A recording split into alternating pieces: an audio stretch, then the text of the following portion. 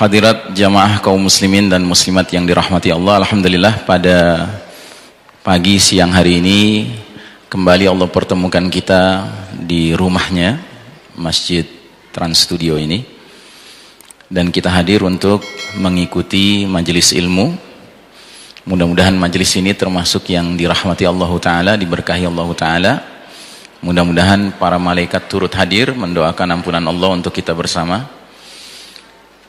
Salawat salam sejahtera senantiasa kita doakan semoga tercurah kepada manusia pilihan Nabiullah Muhammad sallallahu alaihi wasallam, keluarganya, sahabatnya dan para pengikutnya yang setia hingga akhir zaman, dan mudah-mudahan kita tergolong umatnya yang dirahmati Allah Ta'ala. Amin ya rabbal alamin.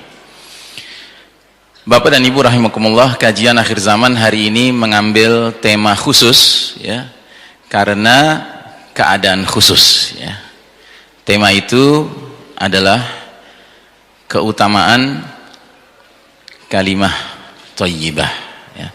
Keutamaan kalimat thayyibah. Kok nggak muncul ya?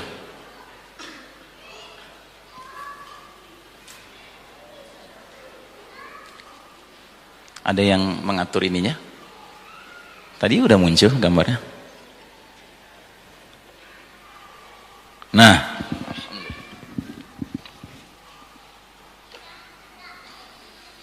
kalimat thayyibah artinya kalimat yang baik ya. Itu secara bahasa.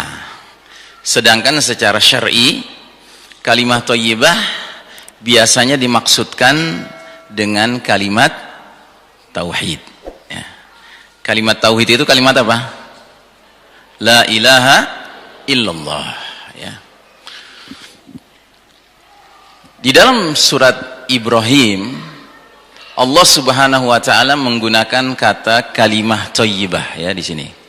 Kalimah thayyibah. Allah bertanya, "Alam tara kaifa daraballahu mathalan kalimatan thayyibatan kasyajaratin thayyibah." Tidakkah kalian memperhatikan bagaimana Allah Ta'ala telah membuat perumpamaan kalimat yang baik seperti pohon yang baik ya. Jadi kalimat tauhid ini Allah gambarkan seperti pohon yang baik ya.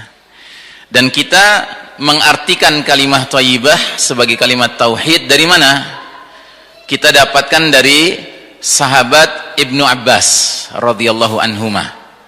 Seorang sahabat yang waktu usianya baru 10 tahun dipegang dadanya sama Nabi lalu didoakan, "Ya Allah, mudahkanlah anak ini mengerti, memahami kitabmu Al-Quranul Karim." Makanya Ibnu Abbas itu kadangkala dijuluki ahli tafsirnya para sahabat ya.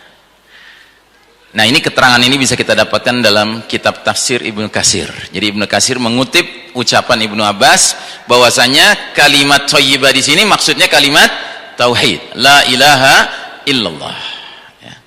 Nah, Allah menggambarkan kalimat ini seperti pohon yang baik.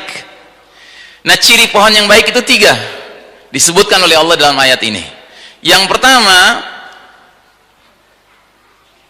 asluha thabitun, akarnya teguh menghunjam ke dalam bumi ya.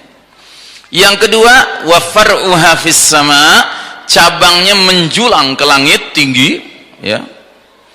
Dan yang ketiga, tu'ti ukulaha kullahinin biizni rabbiha, pohon itu memberikan buahnya pada setiap musim dengan seizin Rabbnya, seizin Allah Ta'ala ya. Jadi pohon yang baik itu cirinya 3. Akarnya menghunjam dalam. Kalau pohon akarnya menghunjam dalam, maka pohon itu kokoh ya, dia kuat gitu, nggak bisa digoyang, nggak bisa dijatuhkan, nggak bisa dirubuhkan sekalipun angin badai ya. Apalagi sekedar orang berusaha mendorongnya, apalagi anak kecil berusaha mendorongnya, nggak bisa ya. Yang kedua, ciri pohon yang baik itu cabang-cabangnya menjulang tinggi sehingga menyebabkan apa? Menyebabkan siapapun yang ada di bawah pohon itu akan merasakan nyaman, rindang ya, pohonnya rindang, lebat ya, sehingga terasa nyaman, adem gitu di bawah pohon itu. Terus yang ketiga, pohon itu menghasilkan buah tanpa kenal musim. Jadi sepanjang tahun dia berbuah. Artinya pohon yang produktif ya, selalu memberikan kebaikan, manfaat, maslahat ya. Nah, kata Ibnu Katsir, perumpamaan ini juga bisa diterapkan kepada seorang manusia, hamba Allah yang bertauhid. Kalau hamba Allah bertauhid, julukannya muwahhid ya, ahli tauhid. Berarti mukmin, orang beriman ya. Jadi orang beriman itu dikatakan bertauhid dalam arti yang baik dan benar jika tauhid itu sampai masuk ke dalam hatinya, menghunjam ke dalam bumi itu, akarnya itu maksudnya masuk ke dalam hati. Jadi kalau tauhid kita ini sudah di dalam hati, Pak, kita menghadapi badai kehidupan apapun, ujian apapun, cobaan apapun, kita kokoh, prinsip kita nggak tergoyangkan. Paham ya? Itu. Tidak model orang yang ditiup angin ke barat ikut ke barat, ditiup angin ke timur ikut ke timur, nggak begitu. Tapi karena dia sudah bertauhid ya, dia mantap dengan prinsipnya. Terus yang kedua, ketika dia beramal saleh ya, menjulang tinggi sampai ke langit, sampai ke Allah Subhanahu wa taala. Jadi amal-amal dia bukan saja saleh menurut penglihatan manusia, tetapi memang diterima sama Allah taala. Ya. Dan memang itu selalu yang kita harapkan kan? Sampai ada doanya kan? Allahumma taqabbal minna salatana wa siyamana wa khusyu'ana wa tadarru'ana ya, wa kulla ibadatina wa kulla amalina as-salihah. Kan begitu kita minta kepada Allah kan? Ya Allah, terimalah segala salat kami, sujud kami, puasa kami, rukuk kami, ketundukan kami, berbagai ibadah kami yang lainnya, amal-amal soleh kami. Kita selalu berharap. Kita sangat khawatir kalau kita melakukan satu perbuatan sama Allah tidak diterima, rugi itu ya. Karena kita hidup di dunia tidak lama, Pak. Padahal ketika amal-amal kita diterima sama Allah, amal-amal yang diterima sama Allah ini akan menjadi sebab kita di akhirat terus mendapatkan kebaikan dari Allah Subhanahu wa taala. Nah, jadi demikian gambarannya. Nah, yang ketiga, si orang muwahhid ini, ahli tauhid ini, mukmin ini, ketika dia berbuat, ketika dia beramal, dirasakan manfaatnya oleh semua orang. Bahkan tentunya dia paling pertama yang rasakan manfaatnya ya. Jadi yang dia kerjakan itu bukan mudarat, bukan hal-hal yang sia-sia, bukan hal-hal yang menimbulkan kegaduhan gitu, tidak ya kan, tetapi hal-hal yang baik. Nah, kemudian kata Allah di ujung ayat ini, wa yadribullahul amthala linnasi la'allahum yatadzakkarun. Allah membuat amthal. Amthal itu perumpamaan-perumpamaan, permisalan-permisalan untuk manusia supaya mereka selalu ingat. Kita ini kadangkala perlu Pak dikasih perumpamaan. Kalau tanpa perumpamaan sulit kita memahami sesuatu. Contohnya kita dibilang la ilaha illallah, pokoknya artinya hanya Allah yang kita terima sebagai ilah. Nah, itu belum terlalu membentuk. Tapi begitu digambarkan, oh kayak pohon yang baik, cirinya begini, maknanya kepada manusia begini, kita ngerti jadinya ya. Makanya akhirnya para ulama membuat rumusan tentang siapa itu orang beriman. Orang yang beriman itu kata para ulama punya 3 hal yang harus dia penuhi. Yang pertama apa? Tasdiqun bil qalb, dia benarkan di dalam hati. Taqrirun bil lisan, dia ikrarkan di dalam lisannya. Dan amalun bil jawarih, dia amalkan dengan segenap anggota tubuhnya. Itulah iman.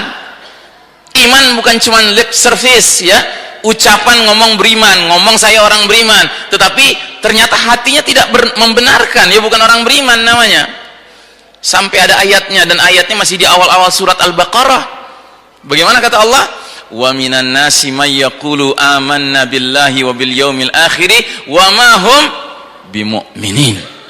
Ada sebagian manusia kata Allah, mereka berkata kami beriman kepada Allah dan juga kepada hari akhir, padahal mereka bukan orang beriman kata Allah. Terus Allah jelaskan siapa mereka? Yukhadi'unallaha walladzina amanu wa ma yakhda'una illa anfusahum wa hum la yash'urun. Apa artinya? Orang-orang ini ingin menipu Allah dan menipu orang-orang beriman, padahal yang mereka tipu tidak lain adalah siapa? Diri mereka sendiri, sedangkan mereka tidak menyadari. Dia kira tipu daya dia itu bisa kena kepada orang beriman, dia kira tipu daya itu bisa kena kepada Allah. Oh tidak, justru tipu daya itu kembali kepada mereka sendiri. Nah, kita ingin menjadi ahli tauhid yang benar, bukan ahli tauhid yang ecek-ecek, yang pura-pura, ya, yang KW gitu. Kita ingin original, ya, original kita bertauhid, ya. Nah, kemudian kata Allah melanjutkan di ayat 26-27-nya, wa mathalu kalimatin khabithatin ka syajaratin khabithah ijtassat min fawqil ardi ma laha min qarar. Sedangkan perumpamaan kalimat yang buruk seperti pohon yang buruk, ya. Kalimat yang buruk itu seperti pohon yang buruk. Bagaimana pohon yang buruk itu? Yang telah dicabut dengan akar-akarnya dari permukaan bumi, tidak dapat tetap tegak sedikit pun. Jadi ada pohon, Pak, pohon begini di atas permukaan bumi, tapi ternyata akarnya sudah tercabut, nggak ada akarnya. Pohon seperti ini bisa tegak tidak? Bisa kokoh tidak? Tidak bisa. Nggak perlu angin badai meniupnya, nggak perlu orang besar mendorongnya. Anak kecil dengan telunjuknya begini saja jatuh dia, ya. Nah, ini perumpamaan kalimat khabithah, kalimat yang buruk. Apa itu kalimat yang buruk? Kalau kalimat thayyibah kita sudah tahu itu kalimat tauhid. Kalimat yang buruk itu apa? Kalimat yang buruk adalah semua seruan, semua semboyan, semua ajakan, semua dakwah selain kalimat thayyibah, selain yang bersumber dari Allah Subhanahu wa ta'ala. Apapun seruan itu, ya. Nah, kalau dikatakan dari selain Allah, itu maknanya dari selain Allah, dari musuh Allah. Siapa musuh Allah? Siapa musuh Allah, Pak? Hah? Saya kedengaran tadi ibu-ibu ada yang bilang apa, Bu? Syaitan, ya. Musuh Allah itu syaitan, ya. Dan karena syaitan itu musuh Allah, berarti syaitan itu musuh kita, bukan? Musuh kita bukan, Bu? Ya musuh kita. Kan kita muslim. Kalau dikatakan muslim artinya apa? Berserah diri kepada Allah. Kalau kita sudah berserah diri kepada Allah, berarti mana yang Allah sukai, kita harus sukai. Mana yang Allah benci, kita harus benci. Mana yang Allah cintai, kita harus cintai. Mana yang Allah musuhi, kita harus apa? Kita harus musuhi. Makanya Allah keluarkan, Allah terbitkan dekret, bunyinya bagaimana? Inna syaitana lakum aduun fattakhiduhu aduwa. Sesungguhnya syaitan itu bagi kalian orang-orang beriman adalah musuh, maka perlakukanlah dia sebagai musuh, gitu. Sekarang saya tanya, kalau sama musuh kita duduk bareng-bareng, main bareng-bareng, kerja sama bareng-bareng, apa kita jauhi atau kita siap-siap melawan, kita siap perangi? Yang mana? Yang A apa yang B? Yang B, ya. Tapi Ustadz, kalau Ustadz ngomongin beginian, berarti Ustadz menyebarluaskan ujaran kebencian. Nah, gitu, ya. Dengar nggak? Ada nggak begitu? Hah? Jadi gimana dong?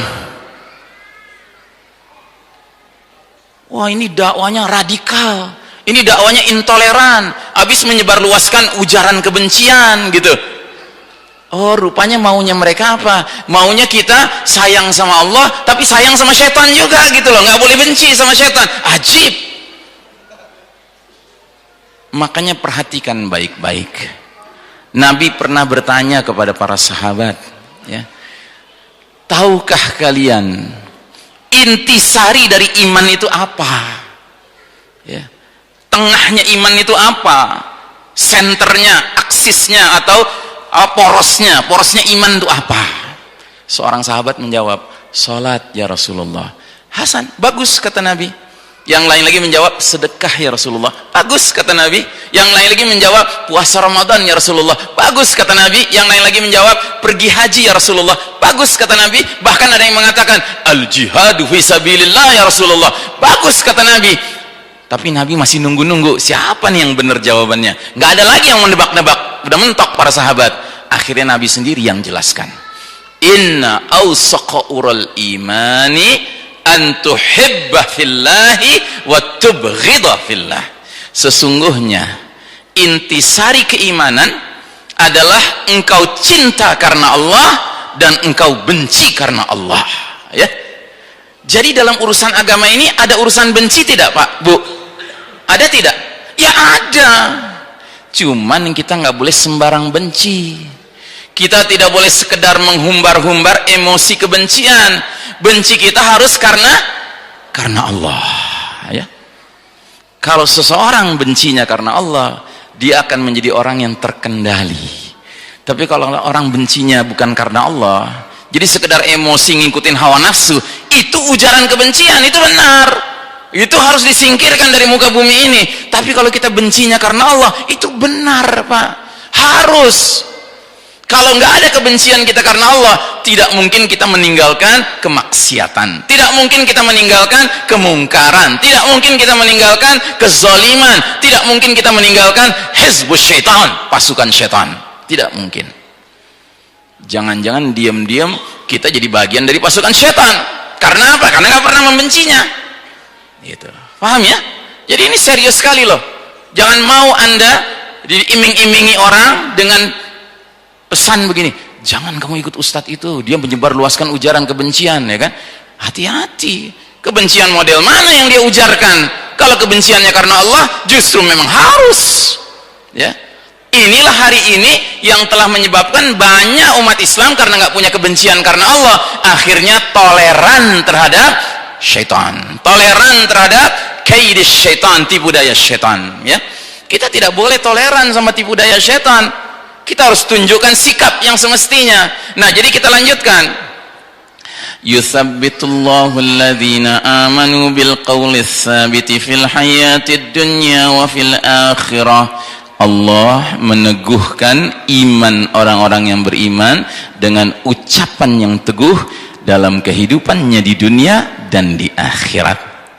Wa yudhillullahu adh-dhalimin wa yaf'alullahu ma yasha. Dan Allah menyesatkan orang-orang yang zalim, dan Allah memperbuat apapun yang Allah kehendaki, ya. Jadi kalau Allah berbuat, kita pantas nggak mempermasalahkan apa yang Allah perbuat? Pantas tidak? Tidak, ya. Tidak pantas. Allah berhak untuk berbuat apapun. Allah berhak menunjuki hidayah kepada si fulan, Allah berhak mengatakan fulan kamu sesat. Itu hak Allah, ya. Wa yahdillahu may yasha wa yudhillullahu may yasha. Allah beri petunjuk siapa yang Allah kehendaki, Allah sesatkan siapa yang Allah kehendaki. Nah, kita maunya apa? Diberi petunjuk apa disesatkan sama Allah? Diberi petunjuk. Karenanya sebab mendapat petunjuk Allah, mari kita penuhi. Nah, diantaranya bagaimana? Mari kita dalami kalimat thayyibah dan kita jadikan kalimat thayyibah ini sesuatu yang kita junjung tinggi, ya. Kita kibarkan setinggi-tingginya kalimat thayyibah ini. Itu tandanya kita ingin mendapatkan hidayah dari Allah Ta'ala. Tapi kalau kalimat ini kita remehkan, kita lecehkan, kita jatuhkan, bahkan kita bakar, itu sikap menjunjung tinggi kalimat tauhid, Bapak dan Ibu? Itu sikap menjunjung tinggi kalimat tauhid, Pak. Jadi tidak ada alasan sama sekali untuk siapapun di muka bumi ini merasa boleh membakar bendera tauhid, kalimat talbiyah thayyibah. Jelas ya? Jelas? Tetapi kejelasan ini memerlukan ilmu supaya lebih jelas lagi, lebih terang lagi. Nah, ini hari ini kita akan bahas. Kita akan bahas hari ini. Kita mulai dengan sebuah hadis riwayat Bukhari. Kata Nabi sallallahu alaihi wasallam, seorang muslim apabila ditanya di dalam kuburnya, apa yang dia katakan? Ya, maka dia akan bersyahadat, asyhadu an la ilaha illallah wa asyhadu anna muhammadan rasulullah. Inilah yang dimaksud dengan firman Allah tadi.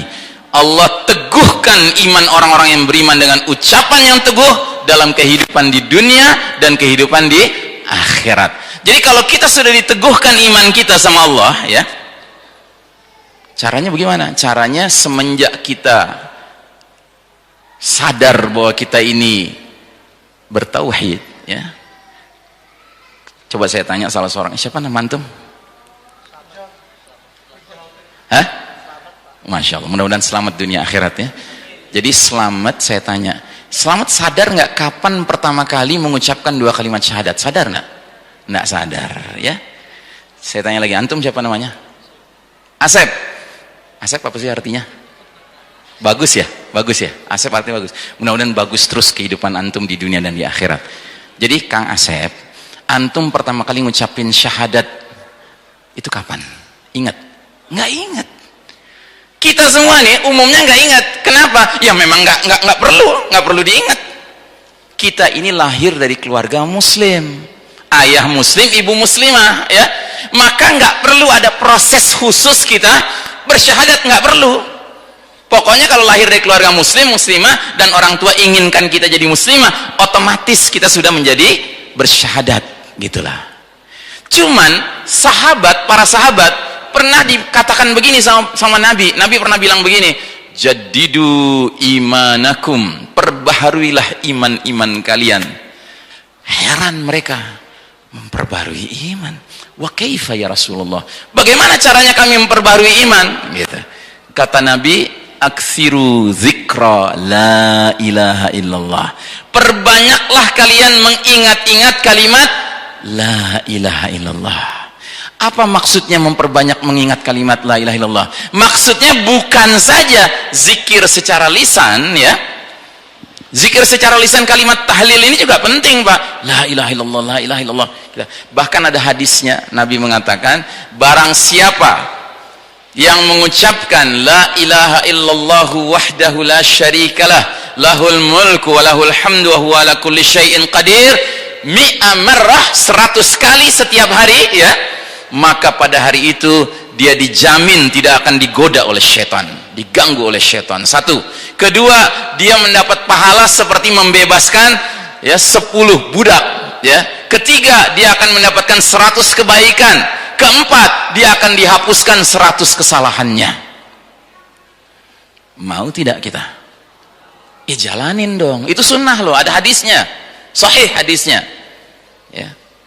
Nah, jadi orang-orang yang seperti ini, yang pingin setiap hari meningkat imannya, ya, diperbarui imannya sama Allah, ditanamkan, benar-benar ditanamkan, diteguhkan. Qaulus sabit, ucapan-ucapan baiknya, ucapan-ucapan benarnya, itu dipelihara sama Allah.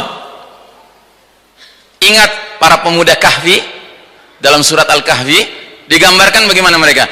Innahum fityatun amanu bi rabbihim wazidnahum huda. Mereka adalah pemuda-pemuda, ya, yang beriman kepada Allah dan Allah tambahkan petunjuk kepada mereka. Jadi kalau kita pelihara iman kita ini, Pak, kalimat thayyibah ini kita pelihara dengan cara yang semestinya, makin hari kita akan makin meningkat. Sehingga Allah kuatkan kita untuk bisa mengucapkan qaulus sabit.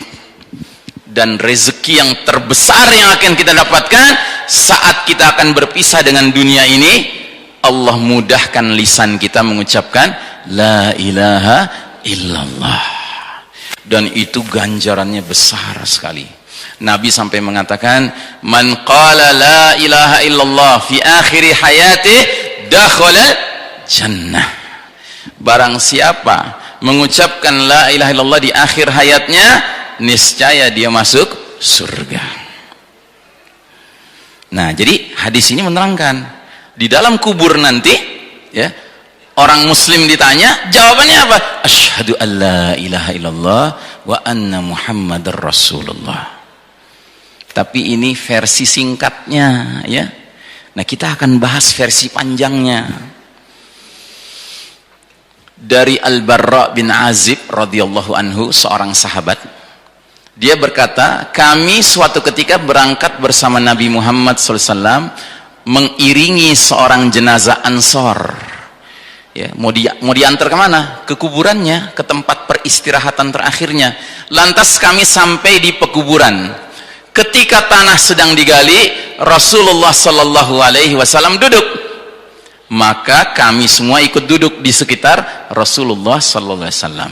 Sampai sudah ditutup, ya, sudah tertutup tanah kuburannya itu. Terus kemudian kita duduk sedemikian rupa seolah-olah di kepala kami ada burung-burung. Jadi artinya mereka duduk tuh tenang, hening gitu ya, khusyuk gitu. Sampai kalau ada burung nemplok gitu, burung tuh nggak akan terbang. Gitu. Sedangkan di tangan Nabi SAW ada dahan, ya, semacam tangkai kayu dari pohon, dipakai untuk congkil-congkil tanah gitu. Terus tiba-tiba Nabi menengok ke langit, menengadahkan wajahnya ke langit. Terus Nabi bersabda, "Ista'idzu billahi min 'adzabil qabr." Mintalah kalian perlindungan kepada Allah dari siksa kubur. Nabi ucapkan 2-3 kali. Terus apa yang terjadi? Rupanya Nabi akan menjelaskan panjang lebar tentang peristiwa meninggalnya hamba Allah, ya, dengan 2 versinya. Versi pertama, versi orang beriman. Kata Nabi, jika seorang mukmin berpisah dari dunia menuju ke alam berikutnya, ke alam akhirat, para malaikat dari langit menjemputnya. Para malaikat itu wajahnya putih seolah-olah matahari, jadi bersinar gitu wajahnya, ya. Dan mereka membawa kain kafan dari surga yang sudah dibalur dengan wangi-wangian surga, ya. Terus kemudian para malaikat ini duduk di samping calon jenazah mukmin ini, sehingga si jenazah mukmin itu bisa melihat para malaikat ini sampai sejauh mata memandang. Jadi jumlahnya saking banyaknya itu sampai sejauh mata memandang. Kita yang di sekeliling calon meninggal ini nggak ngelihat, yang ngelihat adalah si calon meninggal, dan dia nggak bisa menceritakan sama kita. Nah, terus apa yang terjadi? Kemudian malaikat maut alaihissalam datang duduk di dekat kepala si calon jenazah mukmin ini. Terus dia berkata, ayyuhan nafsut thayyibah, ukhruji ila magfiratin minallahi wa ridwan. Hai jiwa yang tenang, jiwa yang baik, ya, sambutlah olehmu ampunan Allah dan keridhaan Allah, ya. Jadi ketika mau meninggal jenazah mukmin itu, malaikat maut sebelum menjalankan tugasnya mengatakan kepada dia, hai jiwa yang baik, keluarlah, sambutlah keridhaan Allah, ya, sambutlah ampunan Allah. Terus kata Nabi, maka jenazah tersebut, ya, ruhnya mengalir sebagaimana tetesan air mengalir dari mulut kendi. Jadi kalau air mengalir dari mulut kendi bagaimana? Mulai lagi deh bahasa Sunda, saya nggak ngerti gitu. Ya udah saya pakai aja deh, apa? Nurulung, bener nggak sih? Bener ya? Ngelocor, ngocor gitu kata orang Betawi, ya. Ya jadi airnya tuh tenang gitu, shoot keluar gitu dari kendinya, ya. Nah begitulah ruhnya orang beriman dicabut sama malaikat maut, masya Allah, ya.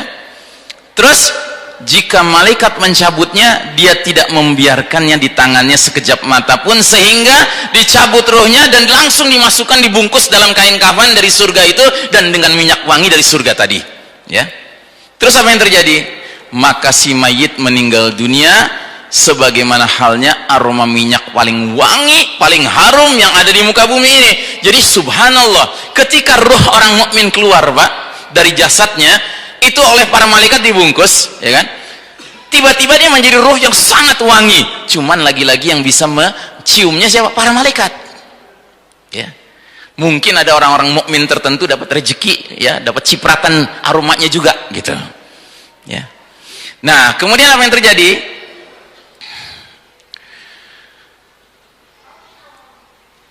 Malaikat tersebut lantas membawa naik ruh jenazah itu hingga tidaklah mereka melewati segerombolan malaikat lainnya, kecuali malaikat-malaikat lainnya itu akan bertanya, ruh siapa ini sewangi ini? Maka para malaikat yang membawa ruh ini berkata, Amboy, ini adalah ruh si Fulan bin Fulan, si A anaknya si B, dan mereka sebut dengan nama terbaiknya yang manusia pergunakan untuk menyebutnya sewaktu di dunia. Ya, Masya Allah. Begitulah terus hingga mereka sampai ke langit dunia, dan mereka meminta izin untuk langit dunia dibukakan. Lantas dibukakanlah. Para malaikat ahli takarrub yang dekat dengan Allah Ta'ala mengabarkan berita kematian si jenazah mukmin ini kepada semua penghuni langit. Masya Allah. Jadi tiba-tiba ruh orang mukmin ini jadi terkenal di kalangan penghuni langit. Masya Allah. Ya, nggak perlu pakai disiarkan gitu ya televisi untuk jadi terkenal, tidak, langsung terkenal gitu. Masya Allah. Sampai kemana? Sampai ke langit ketujuh, ya, beritanya itu sampai ke langit ketujuh. Maka Allah Ta'ala kemudian berfirman, uktubu kitab abdi fi alliyin, tulislah catatan hambaku ini di Illiyin. Illiyin itu sebuah kitab yang isinya adalah catatan orang-orang yang soleh, ya. Terus kata Allah, kembalikanlah dia ke bumi, sebab dari bumilah aku menciptakan mereka, dan ke dalam bumilah aku kembalikan mereka, serta dari bumilah aku akan bangkitkan mereka sekali lagi. Ya, jelas ya. Nah, maka dikembalikanlah ruhnya kemana? Ke kuburannya, ya. Nah, kemudian sampai di situ apa yang terjadi? Kemudian dua malaikat mendudukkan dia. Untuk apa? Untuk tanya jawab, interogasi, ya. Dua malaikat ini Mungkar dan Nakir, ya. Pertanyaannya standar. Marabbuka, siapa Rabb kamu? Madinuka, apa din kamu, jalan hidup kamu, agama kamu? Ma hadzal rajulul ladzi bu'itsa fikum, siapa laki-laki yang Allah utus kepada kalian? Nah, di sini berlaku ayat tadi. Allah teguhkan orang-orang beriman dengan ucapan yang teguh. Maka mereka ucapkan jawaban yang teguh. Jawabannya apa? Rabbi Allah, Rabbku adalah Allah. Dini al-Islam, jalan hidupku adalah Islam. Huwa Rasulullah sallallahu alaihi wasallam, yang diutus kepada kami adalah utusan Allah sallallahu alaihi wasallam. Jadi tiga pertanyaan semuanya lulus. Maka pertanyaan keempat muncul. Apa pertanyaan keempat? Wa ma ilmuka, dari mana pengetahuan kamu tentang hal ini? Dia jawab, qara'tu kitaballah wa amantu bihi wa sadaqtuhu. Aku telah membaca kitab Allah Al-Quran, aku telah imani, dan aku telah membenarkan, ya. Maka tiba-tiba dari langit ada suara yang mengatakan, sadaqa abdi, hambaku benar, ya. Fafrishuhu minal jannah wa albisuhu minal jannah waftahu lahu baban ilal jannah. Maka hamparkanlah surga bagi dia, ya. Pakaikanlah bagi dia pakaian surga, dan bukakanlah untuknya sebuah pintu menuju ke surga, ya. Masya Allah. Selanjutnya apa yang terjadi? Maka hamba itu memperoleh bau harum dan wangi surga, dan kuburannya diluaskan sejauh mata memandang. Subhanallah. Mau Bapak dan Ibu? Mau? Ya, siapa yang tidak mau? Ya. Hanya orang bodoh yang tidak mau. Hanya orang yang tidak meyakini adanya kehidupan setelah dunia yang fana ini yang tidak mau, ya kan? Tetapi kita yang mengerti, kita mau sekali, ya. Kata anak gaul sekarang apa? Mupeng, ya. Mupeng, ya, betul ya? Ya, mupeng. Lantas didatangilah si ruh ini oleh seseorang yang wajahnya tampan, pakaiannya bagus, pakaiannya indah, wanginya semerbak. Terus dia berkata begini kepada si ruh jenazah mukmin ini, bergembiralah engkau dengan kabar yang menggembirakan untukmu. Inilah hari yang dijanjikan untukmu. Si mayit bertanya, man anta? Siapa kamu? Sepertinya kamu datang dengan kabar yang baik, sepertinya kamu datang dengan berita yang menggembirakan. Maka dia jawab, ana amaluka as-salih, aku amal solehmu, aku akan mendampingi kamu sampai hari berbangkit datang, ya. Nah, kemudian apa yang terjadi? Di sini nggak ada, di hadis yang lain. Yang terjadi selanjutnya adalah sebuah jendela di sebelah kiri dia terbuka. Dia lihat ke kiri. Dia lihat apa? Neraka menyala-nyala di situ. Dan dia ketakutan melihatnya, dia ngeri melihatnya. Kata si orang tampan ini kepada dia, "Hai fulan, inilah tempat yang Allah sediakan untukmu seandainya dulu engkau di dunia tidak mentaati Allah Ta'ala. Sedangkan karena engkau taat kepada Allah, maka tengoklah ke kananmu." Dia tengok ke kanannya, sebuah jendela lagi terbuka. Ternyata surga yang dia lihat, lengkap dengan keluarganya hadir di situ, lengkap dengan hartanya di situ hadir, ya.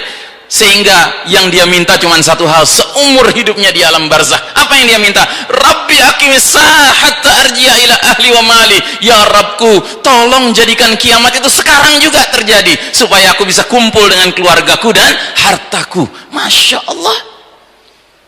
Kenapa dia minta kiamat segera datang? Karena dia tahu satu-satunya penghalang dia masuk ke dalam jendela itu kiamat. Sedangkan dia ngebet banget pengen masuk ke situ. Dia lihat ada keluarganya di situ. Dia lihat ada harta-harta dia di situ. Ya, dia pengen segera ke situ. Masya Allah. Nabi lanjutkan dan Nabi mulai masuk ke versi yang kedua. Adapun sebaliknya, jika si hamba kafir berpisah dari dunia menuju ke alam akhirat, maka datanglah malaikat-malaikat penjemputnya dengan wajah kusam, membawa kain kafan yang warnanya hitam legam, yang terbuat dari rambut, ya, kasar gitu kainnya, bukan kain yang halus, ya. Maka mereka duduk di sisi si jenazah calon kafir ini, sejauh mata memandang. Jumlahnya banyak sekali dan jumlahnya dengan tampilan wajah yang kusam, ya, yang nggak enak dilihat, begitu. Nah, ini si jenazah kafir nih, lihat ini. Konon kabarnya, kalau orang kafir mau meninggal, Pak, di tempat tidurnya, itu mereka teriak-teriak, Pak, teriak-teriak. Jadi Anda perlu tahu, ya, kalau orang kafir ngelihat orang muslim mau meninggal, itu sering mereka heran, kok orang muslim meninggal kayaknya tenang amat gitu, ya. Sementara orang kafir, Pak, kalau udah menjelang ajalnya, Pak, lagi sakit gitu, ya, itu teriak-teriak, Pak, teriak-teriak, kayak ngelihat sesuatu yang mengerikan gitu. Rupanya ini yang mereka lihat. Terus kemudian datanglah malaikat maut ke kepalanya, ya kan, terus membentak dia, ya. Ayyatuhan nafsul khabisa ukhruji ila sakhatin minallahi wa ghadab. Hai roh yang busuk, roh yang buruk, jemputlah kemurkaan Allah dan kemarahan Allah, ya. Terus dicabut, ya. Kata Nabi, lantas jasadnya tercabik-cabik. Malaikat tersebut mencabut rohnya bagaikan garpu bermata banyak mencabik-cabik kain basah, lantas dicabutnya. Jadi kayak kain basah ditarik tetapi ada garpunya gitu loh, yang matanya banyak gitu, sehingga susah kan ditariknya. Tapi keluar juga dia, dipaksa keluar, ya. Jika malaikat sudah mencabutnya, dia tidak biarkan sekejap mata pun hingga dia bungkus dalam kain hitam kelam dari rambut, dan roh tersebut pergi dengan bau busuk yang paling menyengat di muka bumi, ya. Para malaikat kemudian menaikkannya, dan tidak ada serombongan malaikat lainnya yang berjumpa dengan rombongan malaikat membawa roh orang kafir ini kecuali berkomentar, siapa roh busuk ini? Para malaikat yang membawanya menjawab, ini si Fulan bin Fulan, si C anaknya si D. Dan mereka sebut nama terburuknya yang sering manusia pakai untuk memanggil dia sewaktu di dunia. Hingga mayat tersebut sampai ke langit dunia. Dan sampai di langit dunia, para malaikat minta izin dibukakan. Ternyata nggak diizinkan. Langit dunia tidak terbuka bagi roh orang kafir ini, ya. Terus Nabi membacakan ayat, la tufattahu lahum abwabus samai wa la yadkhulunal jannata hatta yalijal jammalu fi sammil khiyat. Tidak dibuka bagi mereka pintu langit dan tidak bakalan mereka masuk surga sampai ontak masuk ke lubang jarum. Lubang jarum gede apa kecil, Bapak dan Ibu? Kecil. Kira-kira ada nggak ontak bisa lewat lubang jarum? Tidak bisa. Artinya mustahil ada ceritanya orang kafir bisa masuk ke dalam surga. Mustahil, ya, mustahil. Ya.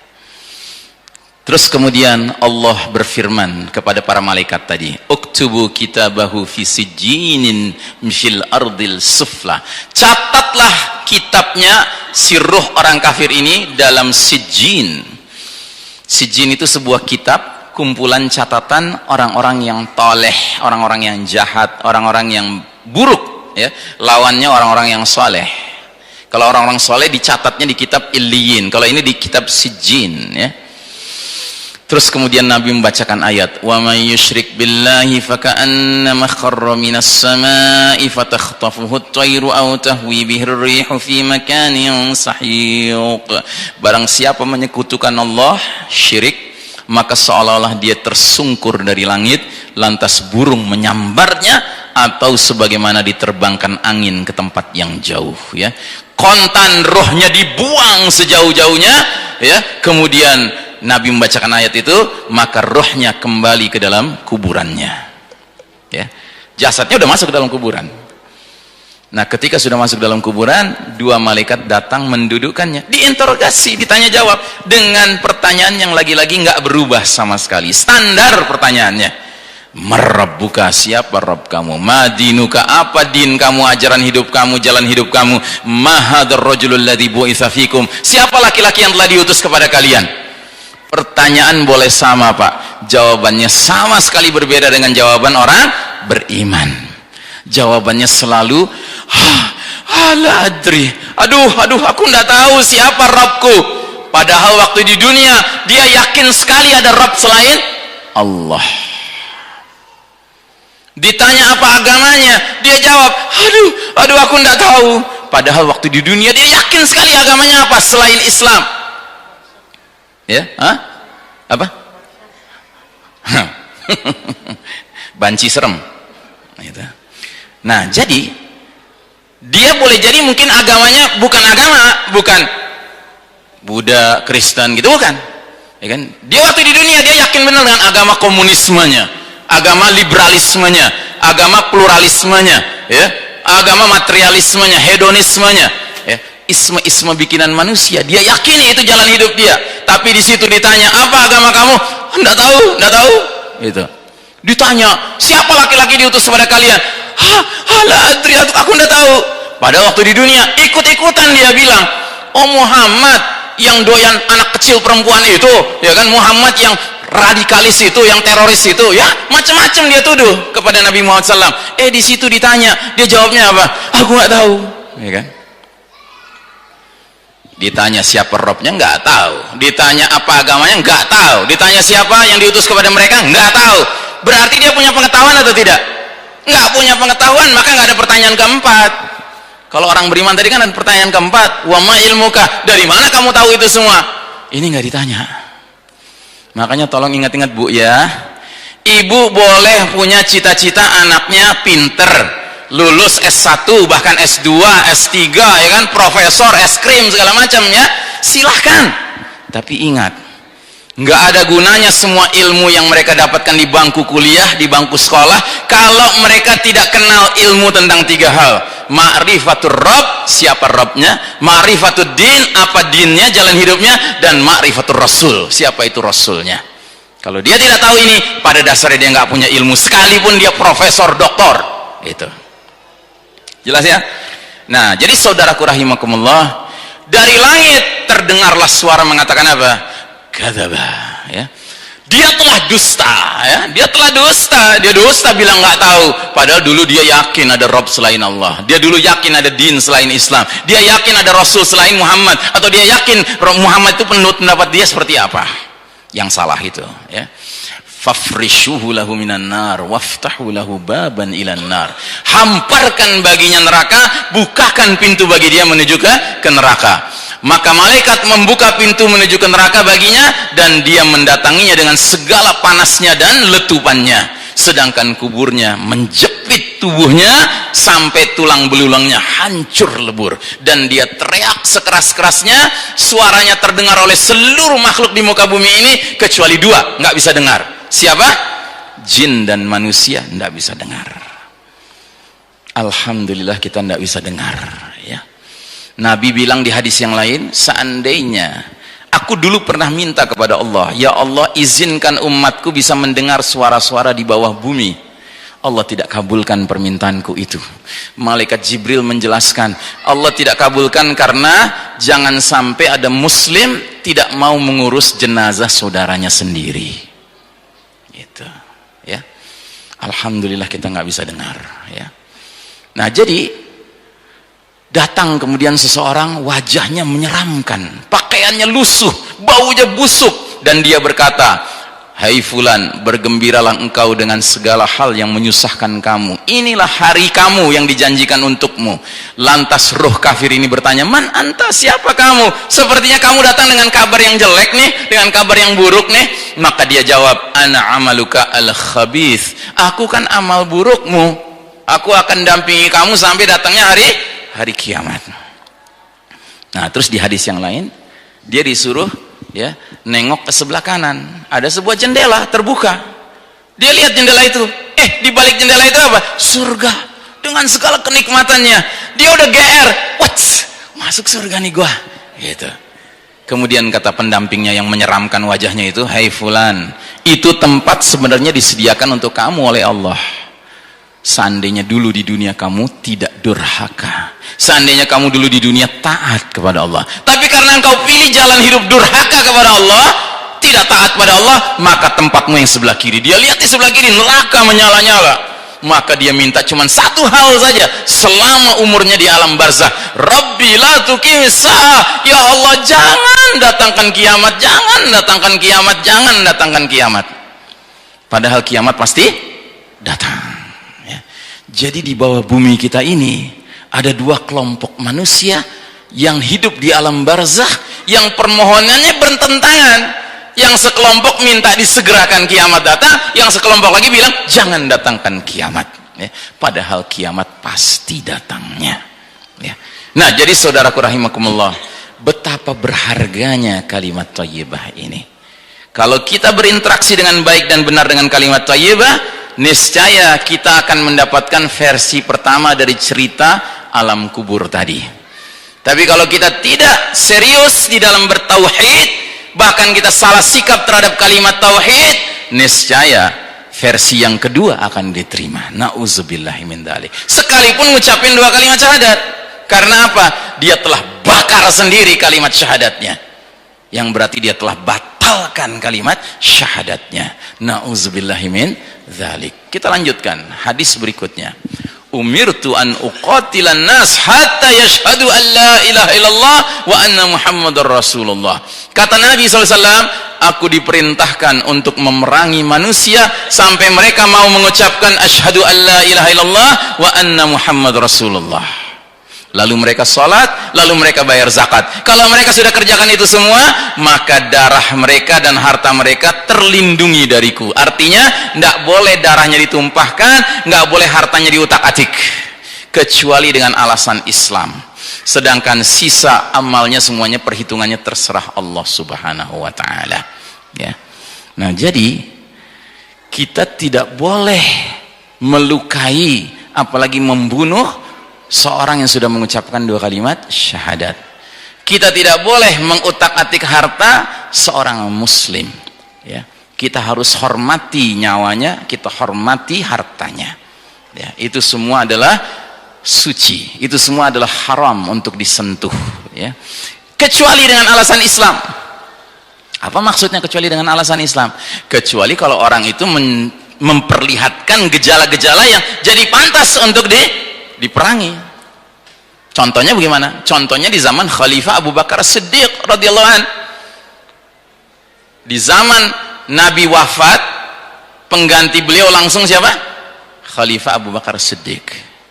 Rupanya setelah Nabi wafat, yang jadi khalifah, pemimpin tertinggi umat Islam, Abu Bakar Siddiq, datanglah serombongan orang muslim dari Yaman ke Madinah untuk menyampaikan apa? Wahai khalifah, karena Nabi Muhammad sudah wafat, ya, maka mulai tahun ini kami tidak mau bayar zakat lagi.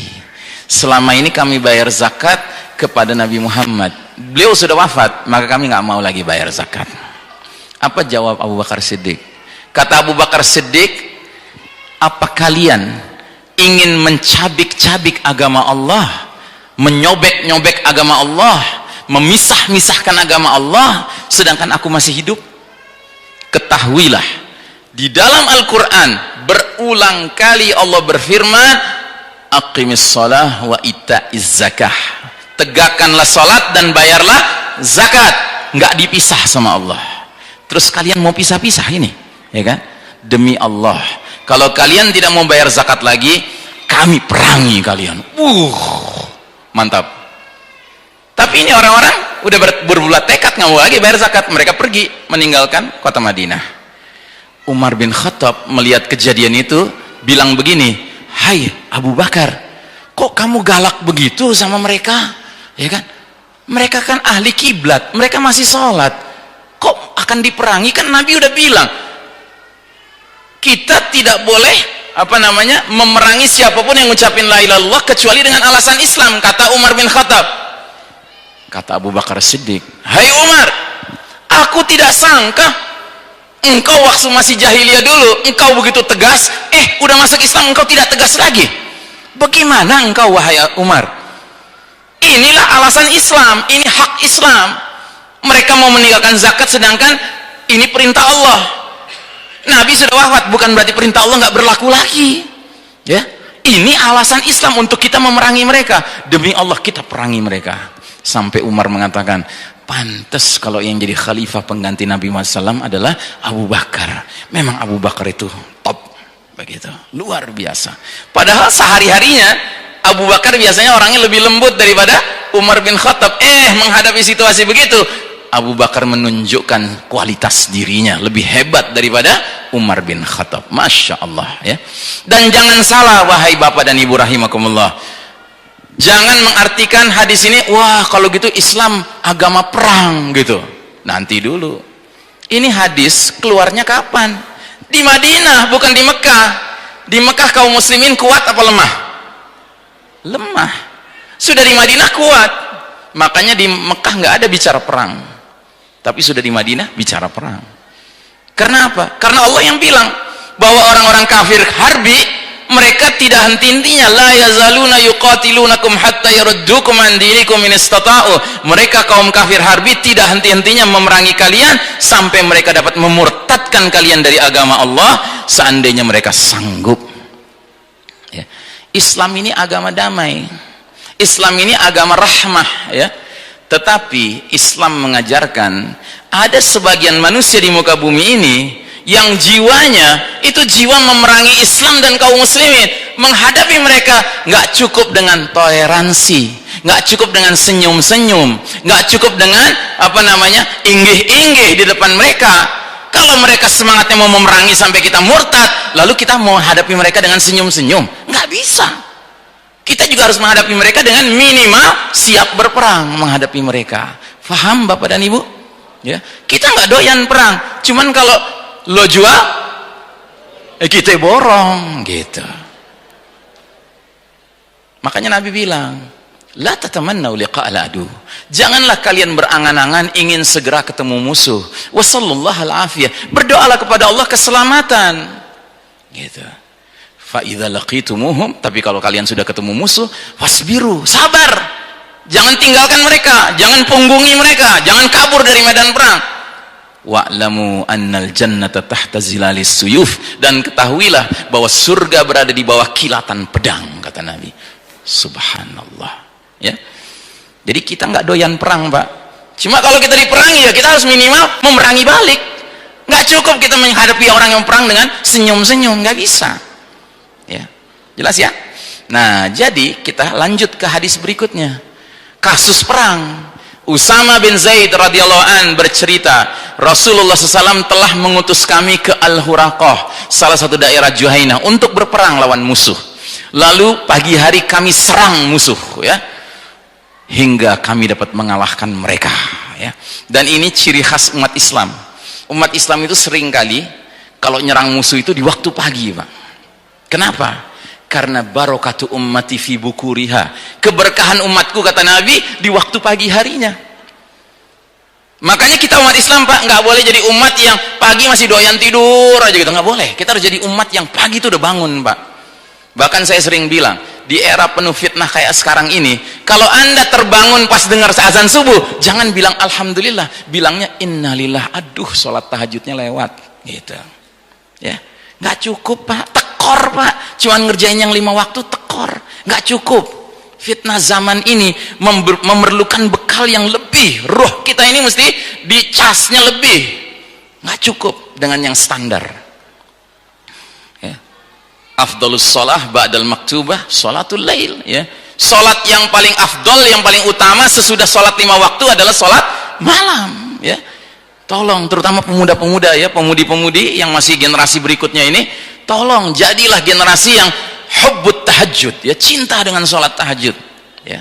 Biasakan, karena sholat tahajud itu akan menyebabkan kita punya maqaman mahmudah, kedudukan yang tinggi di sisi Allah. Kita akan mendapatkan qaulan saqila, ucapan yang berbobot kalau ngomong ya. Kita akan memiliki macam-macam kebaikan dengan sholat malam. Baik, kita lanjutkan. Jadi mereka serang pagi hari itu, mereka menang. Sesudah itu aku, kata Usama, bersama seorang sahabat laki-laki Ansor bertemu dengan seorang laki-laki dari mereka. Rupanya masih ada musuh yang hidup ya kan. Diam-diam mereka datangi, mereka dekati. Nah ketika mereka sudah dekat mau diserang gitu ya, tiba-tiba si musuh ini bilang la ilaha illallah. Maka si Ansor ini langsung tahan tangan, nggak jadi menyerang dia. Sementara aku, kata Usama ya, aku tusuk dia dengan tombakku sehingga aku membunuhnya. Nah sekembalinya ke Madinah, dilaporkanlah peristiwa itu kepada Nabi Sallallahu Alaihi Wasallam. Apa kata Nabi kepada Usamah? Kata Nabi, ya Usamah, aqataltahu ba'dama qala la ilaha illallah. Hai Usamah, kamu bunuh orang itu yang mengucapkan la ilaha illallah. Maka Usamah menjawab, ya Rasulullah, innama kana muta'awwidan. Ya Rasulullah, sesungguhnya orang itu mengucapkan kalimat itu sekedar tameng ya, sekedar tameng. Itu dikira sama Usamah, kalau Usamah sudah menjelaskan kayak gitu, Nabi bakal terima gitu ya. Apa yang Nabi katakan selanjutnya? Diulang-ulang terus, hei Usamah, kamu bunuh dia sudah mengucapkan kalimat itu, kamu bunuh dia sesudah mengucapkan kalimat itu, kamu bunuh dia sesudah mengucapkan kalimat itu. Berulang-ulang diucapkan sama Nabi, sampai kata Usamah apa? Sampai aku berandai-andai aku belum masuk Islam hari itu. Artinya Usamah senang apa Usamah menyesal? Menyesal membunuh orang yang ngucapin kalimat tauhid. Padahal orang itu baru saja dia di medan perang berhadap-hadapan gitu loh ya. Nah ini ada orang bakar bendera tulisannya la ilaha illallah dengan alasan apa? Ini milik ormas PKI apa ormas Islam? Ormas PKI apa ormas Islam tuduhannya? Ormas Islam. Sekalipun itu bukan ormas dia, beda pendapat silahkan, tapi kan saudara muslim kita. Saya bukan HTI, saya nggak ada urusan dengan HTI. Cuma ini kan ormas, kalaupun benar itu bendera ormas itu kan kalau benar, yang pasti ada kalimat tauhidnya. Oh ini cuman tameng aja mereka tulis la ilaha illallah, kami justru maksudnya ingin mensucikan kalimat ini. Pret ya. Apa? Nggak bisa diterima. Paham? Disinilah kita harus tunjukkan al-bughdhu fillah, benci karena Allah ya.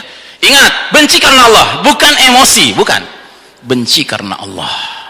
Dan alhamdulillah ternyata di negeri ini, negeri yang dibebaskan oleh darah para syuhada, mujahidin fi sabilillah, ternyata masih hadir orang-orang yang tidak bisa tinggal diam.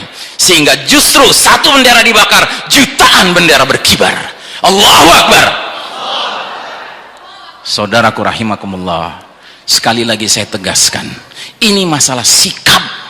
Paham? Kita nggak bisa berbuat apa-apa. Kita tahu semua ini permainan. Kita tahu mereka dilindungi oleh yang punya otoritas, ya kan? Kita tahu itu. Cuman sikap kita apa? Akan dituntut sama Allah. Nanti Allah di hari berbangkit akan tanya, hei Iksan Tanjung, kamu dulu hidup di tahun sekian di negeri sekian, negeri anu, dan waktu itu ada pembakaran bendera kalimat tauhid, bagaimana sikap kamu, Iksan? Ya Allah, mereka bukan bakar bendera tauhid, mereka membakar bendera HTI. Berani saya bicara gitu sama Allah? Berani saya bicara gitu sama Allah? Berani ada yang bicara begitu? Silahkan ya. Jadi saudaraku rahimakumullah, man ra'a minkum munkaran falyughayyir biyadihi. Barang siapa di antara kalian lihat kemungkaran, ubah dengan tangannya kalau sanggup. Kalau nggak sanggup, dengan lisannya. Kalau nggak sanggup juga dengan lisan, di dalam hati. Maksudnya apa dalam hati? Ingkari di dalam hati, jangan ridho dengan itu. Dan ingat, mengingkari dalam hati, kata Nabi, dzalika adhaful iman, itu selemah-lemahnya iman. Makanya di hadis lain kata Nabi, kalau sampai ingkar dalam hati saja nggak ada iman sama sekali ya. Makanya jangan ikut-ikutan membela-bela itu, Pak. Jangan ikut-ikutan, sebab ini masalah posisi kemuliaan kalimat thayyibah. Kita mau muliakan kalimat thayyibah atau kita mau hinakan? Mau muliakan atau hinakan? Memuliakan. Maka semua bentuk pemuliaan harus kita kerjakan, dan semua bentuk penghinaan harus kita tinggalkan dan harus kita tidak setujui, kita ingkari. Maka saya tegaskan, peristiwa 22 Oktober 2018 di kota Garut tidak boleh kita lupakan. Jangan sekali-kali Anda tinggal diam kalau ada orang bilang, udahlah kita lupakan saja, itu kan keributan anak-anak kecil, kita kan orang udah dewasa. Nauzubillah min dzalik. Tidak ada cerita. Memangnya kalimat thayyibah untuk orang dewasa saja? Tidak, kalimat thayyibah untuk anak kecil juga ya. Laki, perempuan, tua, muda, semuanya memerlukan kalimat thayyibah. Kita lanjutkan. Kelak di hari kiamat, kata Nabi, akan ada seorang dari umatku yang dipanggil dengan diteriakan namanya di hadapan seluruh makhluk. Kemudian datanglah dia ke hadapan Allah, terus dibentangkanlah di depan dia 99 buku catatan dosanya, yang mana panjangnya buku itu sejauh mata memandang. Berarti dosanya sedikit apa banyak? Banyak ya, dosanya banyak gitu. Kemudian Allah bertanya kepada hamba ini, apakah kamu mengingkari sesuatu dari catatan ini? Dia jawab, la ya Rabb, tidak wahai Rabbku. Dia jujur, dia nggak ngebela diri, dia akui semua yang dia lihat dalam catatan dosa-dosa itu, dia akui semuanya. Allah tanya lagi, apakah malaikat pencatatku telah menzolimi kamu? Apakah kamu punya alasan? Apakah kamu punya kebaikan? Dia jawab, la ya Rabb, tidak ya Allah, aku tidak menuduh malaikatmu mencatat secara zalim, semua yang dia catat benar adanya. Tidak ya Allah, aku tidak punya alasan untuk membela diri. Tidak ya Allah, aku nggak punya kebaikan yang aku bisa persembahkan kepada engkau ya Allah, ya kan? Apa kata Allah selanjutnya? Ini si orang ini udah ketakutan, ini dia sudah membayangkan neraka bagi dirinya, ya kan? Maka kata Allah, sesungguhnya engkau memiliki hasanat, beberapa kebaikan, bukan hanya satu kebaikan, engkau punya beberapa kebaikan ya di sisi kami. Sesungguhnya pada hari ini tidak ada lagi kezaliman bagi dirimu ya. Kemudian dikeluarkanlah sebuah bitokoh. Bitokoh itu kartu, Bang, kayak kartu SIM, kayak kartu tol gitu ya. Ada tulisannya di kartunya. Apa tulisannya? Asyhadu an la ilaha illallah wa anna Muhammadan abduhu wa rasuluh. Maka melihat kartu ini disodorkan di depan dia, si hamba ini bertanya kepada Allah, ya Allah, ya Rabb, apa hubungannya kartu ini dengan buku catatan dosaku yang begitu banyak? Kata Allah, pada hari ini ya, engkau tidak dizolimi lagi.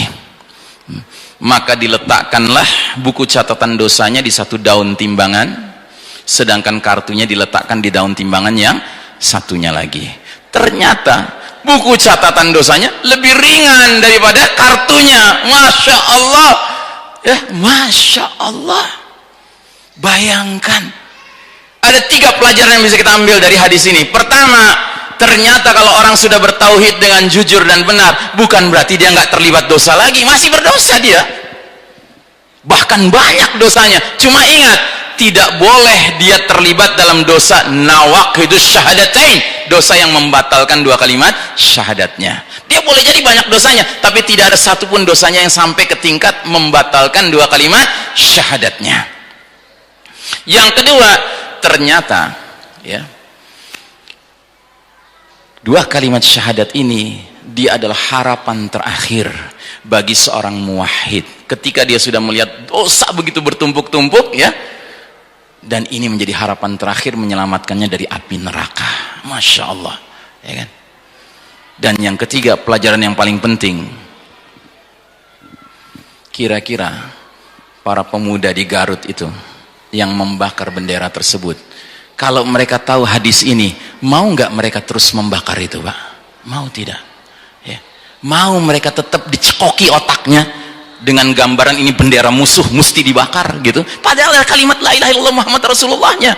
Nggak mungkin mereka mau.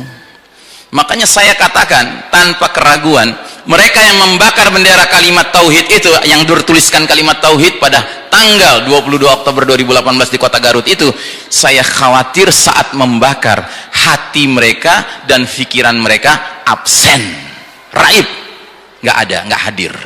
Yang hadir cuman emosinya dan tangannya dan ketaatan membutanya kepada instruksi pimpinannya gitu. Makanya sekali lagi saya tegaskan, this is not a small matter. Ini bukan urusan kecil, Pak. Ini urusan besar di sisi Allah Ta'ala. Dan bagi kita orang beriman, Pak, yang Allah anggap besar, kita anggap besar. Yang Allah anggap kecil, kita anggap kecil.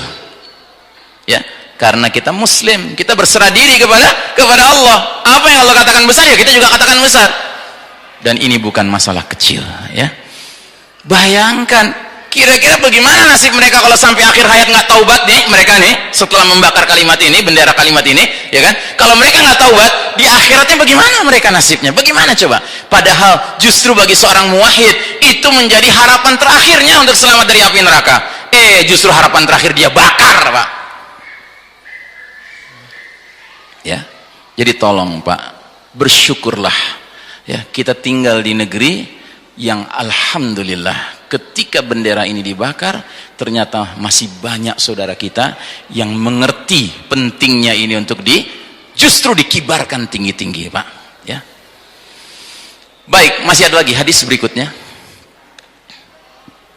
Ketika menjelang wafatnya Abu Talib. Abu Talib itu apanya Nabi? Pamannya Nabi. Paman Nabi yang juga seorang tokoh musyrik Quraisy.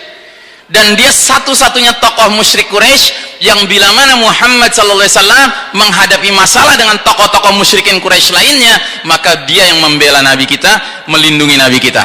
Cuman sayang, pembelaan dan perlindungan yang dia berikan bukan karena Muhammad adalah Nabi Allah, tetapi karena Muhammad adalah ponakannya.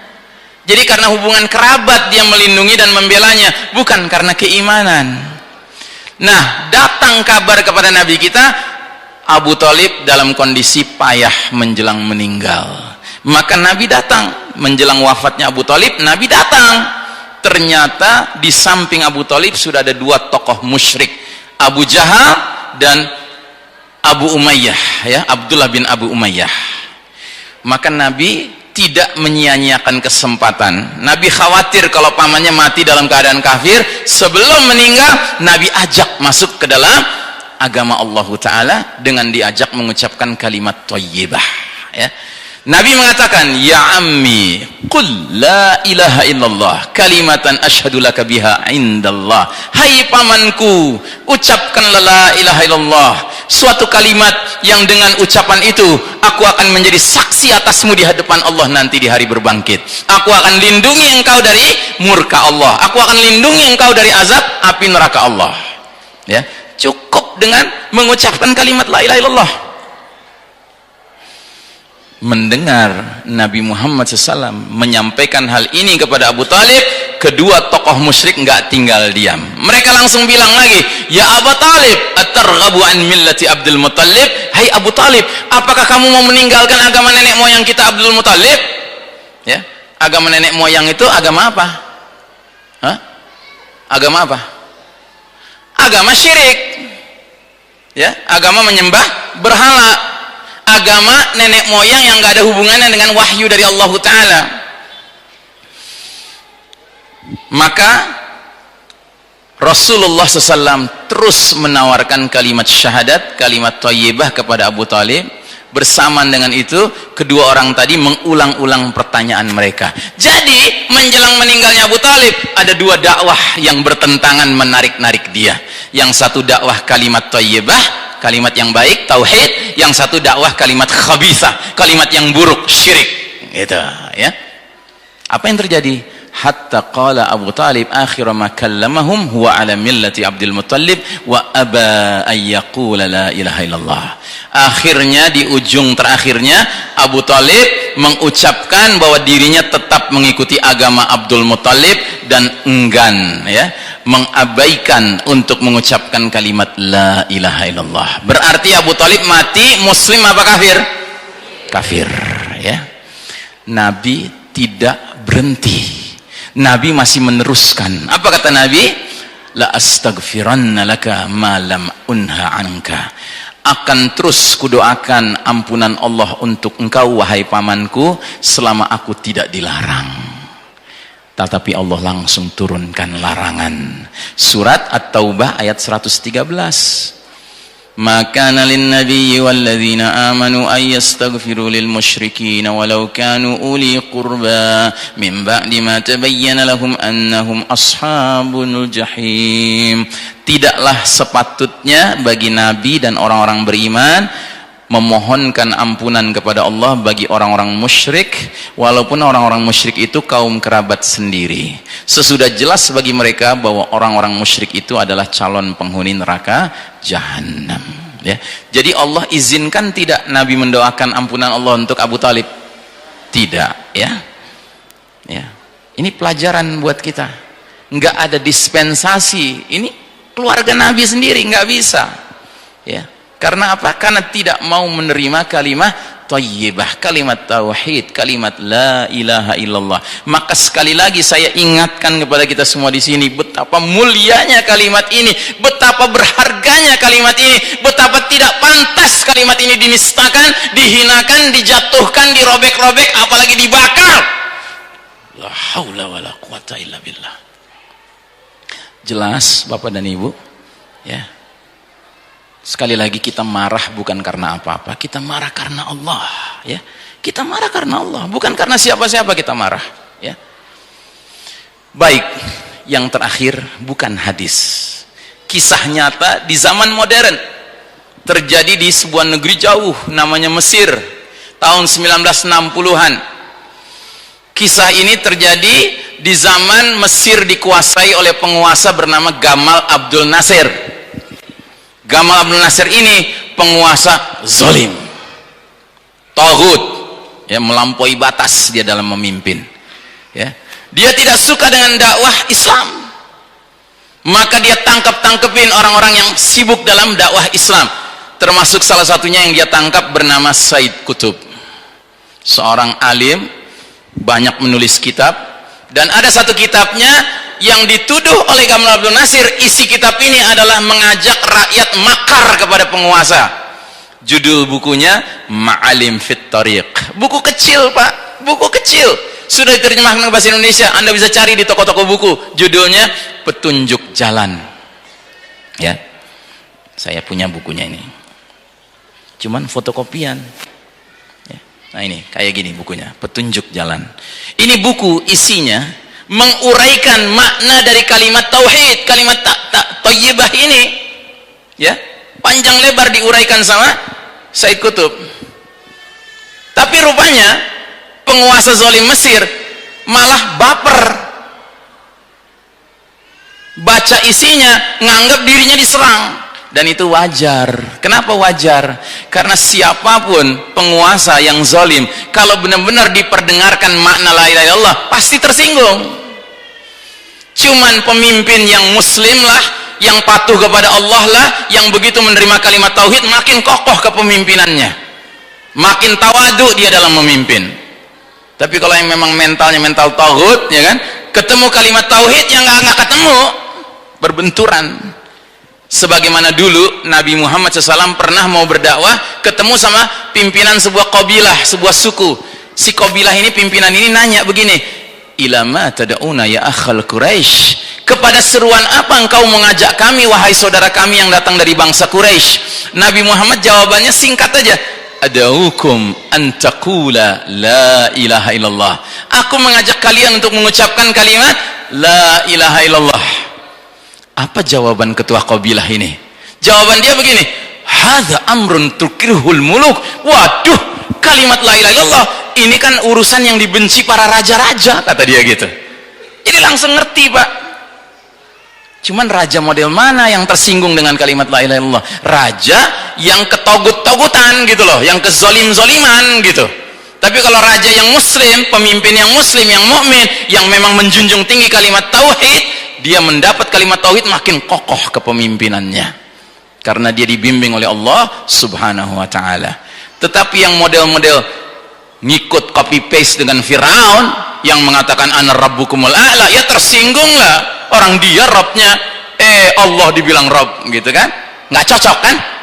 Nah, jadi Said Qutb akhirnya dipenjara, kemudian dia diadili di sebuah pengadilan militer yang lengkap semuanya kecuali satu yang nggak hadir. Apa itu? Keadilan nggak hadir. Jadi sebuah pengadilan yang berlangsung lengkap dengan semua aturan mainnya kecuali satu yang nggak hadir. Apa? Keadilan nggak hadir. Jadi sandiwara, pengadilan militernya sandiwara, ya kan? Dimana dia akhirnya divonis hukuman mati. Nah, pada hari dia mau dihukum mati, digantung, ya. Rupanya hari itu yang mau digantung banyak, termasuk pemuda-pemuda dakwah, ya. Dan yang tertua Said Qutb, yang paling alim Said Qutb. Dan di Mesir ada aturan main. Kalau orang mau dihukum mati, maka orang dari Kementerian Agama Mesir mesti datang kepada si orang yang akan dihukum mati itu menyampaikan prosedur eksekusi hukuman mati. Dan biasanya dia akan mengatakan kepada orang yang mau dihukum mati itu, hai fulan, sesuai prosedur kantor urusan agama di Mesir ini, kalau anda muslim mau dihukum mati, anda harus ngucapin 2 kalimat syahadat gitu, ya. Dia datangi satu persatu orang yang mau dihukum mati itu, digantung itu. Akhirnya begitu gilirannya Said Qutb, dia katakan hal yang sama. Wahai Said Qutb, sesuai dengan prosedur kantor urusan agama di Mesir, sebelum seorang muslim dihukum mati, dia harus mengucapkan 2 kalimat syahadat. Jawaban Said Qutb yang menarik. Apa jawaban dia? Hatta anta ya fulan tashtarik litatimma hadhil masrahiyah. Sampai engkau wahai fulan harus terlibat menyempurnakan sandiwara ini. I'lam annaka ta'kul min la ilaha illallah. Ketahuilah wahai fulan, sesungguhnya kamu cari makan dari menyuruh-nyuruh orang ngucapin kalimat la ilaha illallah. Amma ana aisyu wa amutu li ajli la ilaha illallah. Sedangkan aku ini hidup matiku untuk la ilaha illallah. Artinya kamu nggak usah ngajarin aku sudah ngerti bahwa itu harus aku ucapkan menjelang wafat. Lawang udah nafasnya Pak la ilaha illallah gitu. Ya, Masya Allah. Makanya banyak orang berdoa mengharapkan mudah-mudahan Said Qutb mendapatkan mati syahid, ya. Mudah-mudahan kita pun demikian. Setidak-tidaknya mudah-mudahan kita diringankan lisan kita oleh Allah menjelang wafat, kita mengucapkan kalimat tauhid, kalimat syahadatain kita. Nah, jadi saudaraku rahimakumullah, intinya pelajaran buat kita semua adalah kita memang sedang hidup di era penuh fitnah hari ini. Inilah era yang digambarkan oleh Nabi dalam hadis berikut ini, ya. Dari Abu Hurairah berkata Rasulullah SAW, ya, sayati 'alan nasi sanawatun khudda'at, ya, akan datang tahun-tahun penuh dengan kedustaan atau tipu daya menimpa manusia, di mana yusaddiqu fiha al-kadhib wa yukadzibu fiha as-sadiq. Pendusta di masa itu dipercaya, sebaliknya orang yang jujur malah didustakan.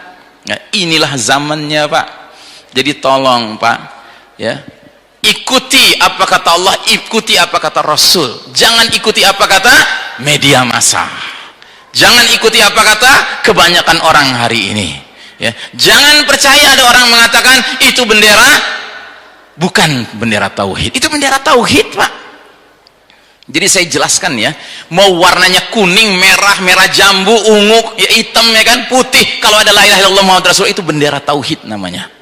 Ngerti? Karena bagi kita bukan warnanya yang penting, tapi bagi kita tulisannya itu yang penting. Dan tulisan ini selalu kita agungkan kan. Hampir semua masjid mesti ada tulisan la ilaha illallah Muhammad Rasulullah. Makanya sekali lagi saya katakan, tidak mungkinlah kalau pemuda-pemuda itu yang membakar bendera bertuliskan la ilaha illallah itu hatinya hadir, pikirannya hadir, akalnya hadir. Tidak mungkin mereka meneruskan, Pak, itu. Kenapa mereka meneruskan? Karena mereka ketika mengerjakannya cuman punya emosi, dan emosinya tidak bisa dipertanggungjawabkan. Emosi yang ditunggangi oleh syaitan dan hizbus syaitan, pasukan syaitan. Saudara sekalian rahimakumullah, yang terakhir sekali, bayangkan nanti pasukan Al-Mahdi ciri khasnya mengibarkan bendera berwarna hitam, ya, ashabu royatus sud. Sedangkan yang mereka bakar kemarin sebuah kain bertuliskan 2 kalimat syahadat yang warnanya apa, Pak? Hitam. Apakah ini berarti mereka ingin mengatakan kami nggak pernah mau gabung dengan Al-Mahdi, lebih baik kami gabung dengan Dajjal saja? Apa begitu maksudnya? Ya kan? Mudah-mudahan kita salah. Tetapi yang pasti mereka tidak pernah mau mengakui kesalahan mereka. Mereka bilang, kita mau minta maaf untuk apa? Untuk kegaduhannya, oke lah kita minta maaf untuk kegaduhan yang timbul. Ya, tapi kita mau minta maaf juga adresnya siapa? Umat Islam. Loh, kita juga umat Islam, kita sudah memaafkan. Innalillahi wa inna ilaihi rajiun. Jadi nggak pernah mau mengatakan minta maaf karena kesalahannya, nggak ngaku salah, Pak. Yang paling berat adalah orang ketika salah, sudah dijelaskan dia salah, nggak mengaku dia salah, bahkan merasa pede dia dalam kebenaran. Nanti kita akan lihat di hari berbangkit. Ya, kita akan lihat realitasnya siapa yang benar, siapa yang salah. Yang jelas apa yang saya terangkan ini mudah-mudahan membuat hati kita dan pikiran kita tidak salah menempatkan posisi diri. Ya. Demikianlah, masih ada waktu beberapa menit sebelum pukul 11. Kita harus selesai pukul 11. Tadi saya sudah diberitahu oleh panitia, masih ada sekitar 9 menit. Saya persilakan kalau ada yang mau bertanya, falyatafaddal mashkura. Mungkin maksimal 2 orang saja, 1 bapak-bapak, 1 ibu-ibu. Ya. Ya, ibu-ibunya yang itu. Ibu-ibu dulu ya. Ya, Bu, ibu itu ya. Bapak-bapaknya siapa? Ya, silakan. Silakan yang bapak-bapak dulu. Ibu-ibunya mana yang sudah ditunjuk? Itu tuh yang baju hijau, Bu. Oh, ya. Ya, ibu-ibunya duluan, Bu. Silakan. Ke belakang ya. Punten ya. Diantar aja, ya, mic-nya dioper-oper aja, Bu. Punten. Punten. Punten ya, Bu. Assalamualaikum, Ustadz mau bertanya nih. Ini Ustadz tentang kejadian yang kalimat la ilaha illallah Muhammad Rasulullah. Sebelum kejadian pembakaran itu, nih saya mendapat serangan dari ibu-ibu yang mengikuti pengajian. Jadi merasa setet, kok jadi dimusuhin kayak gitu, diabaikan. Karena gini, saya menyela sama pengajar yang bilang gini, umat Islam jangan mudah mengkafirkan orang lain, katanya gitu ya. Karena surga itu tidak mutlak untuk orang Islam gitu ya. Terus kan saya sanggah ya Pak ya. Kata saya, kalau misalnya mau masuk Islam harus Islam dulu kan, dari agama yang lain juga. Karena kan kuncinya la ilaha illallah Muhammad Rasulullah gitu ya. Ya. Ditolak gitu Pak sama si pengajar itu. Kata siapa gitu? Bilangnya gitu. Saya kan jadi ada hadis gitu ya, dibilangin juga hadisnya, tetap aja nolak gitu. Terus saya ada cerita lagi tentang nabi-nabi yang kalau misalnya dia masih ada ikut nabi kan, Nabi Muhammad begitu. Nah pas pulang gitu Pak, kalau pas pulang saya di rumah cari-cari apa itu WA-an sama ibu-ibu gitu. Kamu mah nggak respect. Apa itu pengajar, mungkin pengajarnya disela atau misalnya saya protes tentang pendapat dia yang... Ya baik, sekarang jadi pertanyaannya apa Bu? Saya ngerti udah jalan ceritanya. Pertanyaannya gini, apakah saya dibenci itu karena Allah gitu sama mereka? Atau misalnya saya kan berusaha meluruskan, kalau misalnya orang Islam harus yakin bahwa surga itu milik orang Islam, ya, orang agama lain kan enggak. Baik, jazakillah gitu khairan. Ya, ya, cukup. Silakan, Saudara. Maju. Terima kasih. Syukran, jazakallah Ustaz. Bismillahirrahmanirrahim. Yang akan saya tanyakan Ustaz, kalau seandainya dengan orang kafir itu sudah jelas Muhammadur Rasulullah walladzina ma'ahu asyiddau 'alal kufar. Di sisi lain kita juga mendapatkan keterangan bahwasanya al-Islam mahjubun bil muslimin. Bagaimana menyikapi supaya kita tidak terjadi tafaruk atau kesananya itu adu sesama muslim. Kemudian yang kedua, bagaimana cara kita mendapatkan atau menjaga yang tadi Ustadz jelaskan di surat Ibrahim, yusabbitullahu qawlan tsabit dalam kehidupan ini, karena sekarang itu hampir samar-samar Ustadz. Tidak ada idola yang tadi oleh Ustadz digambarkan bagaimana seorang Rasulullah, seorang guru itu teladan itu sampai kepada muridnya itu didoakan kepada Ibnu Abbas, Allahumma alimhul kitab, Allahumma faqihu fidin. Sekarang mungkin ustadz-ustadz itu maaf ya, ada yang istilahnya di gonjang-ganjingkan sehingga ya tadi seperti inilah ke kondisinya. Terima kasih. Assalamualaikum warahmatullahi wabarakatuh. Maaf Ustadz, boleh satu lagi, katanya ibu ini ingin sekali bertanya. Ya terakhir, biar witir ya, 1, 2, 3. Bismillahirrahmanirrahim. Terima kasih. Assalamualaikum warahmatullahi wabarakatuh. Salam. Pak Ustadz, saya lihat di video, mungkin ya lumayan terbaru. Sebenarnya ada pernyataan bahwa untuk menghancurkan orang Islam itu jangan bagian ekor, jangan bagian tengah, tapi harus bagian hulu. Nah mungkin inilah yang bagian hulunya itu. Nah itu pernyataan itu. Kemudian tentang pembakaran itu, kemarin saya sudah dengar sudah ada vonis 10 hari ditahan dan bayar denda Rp2.000 gitu. Kemudian yang saya tanyakan, pembakaran ini saya sebenarnya bukan pertanyaan, tapi mohon penjelasannya Pak Ustadz. Katanya pembakaran ini tentu saja ada kaitan dengan pilpres. Ya itu. Nah itu mungkin yang Pak Ustadz lebih tahu. Artinya walaupun kita memberikan sikap yang seperti Pak Ustadz tampakkan, itu saya sangat setuju, memang harus begitu. Tetapi juga tentu saja ada dia membaca apa tujuan mereka yang ada, tentunya ada ini maksudnya, artinya agar tidak perlu lagi ada keluar undang-undang tentang ormas, katanya yang saya baca sih seperti itu. Tapi mohon penjelasannya Pak Ustadz. Assalamualaikum warahmatullahi wabarakatuh. Waalaikumsalam. Terima kasih Ibu, silakan Ustadz. Kepada penanya pertama ya, Ibu telah bersikap benar ya, Ibu telah melakukan sesuatu karena Allah, karena ibu memandang si ustadz telah keliru mengatakan bahwa surga bukan hanya untuk orang muslim. Itu jelas kalimat yang batil.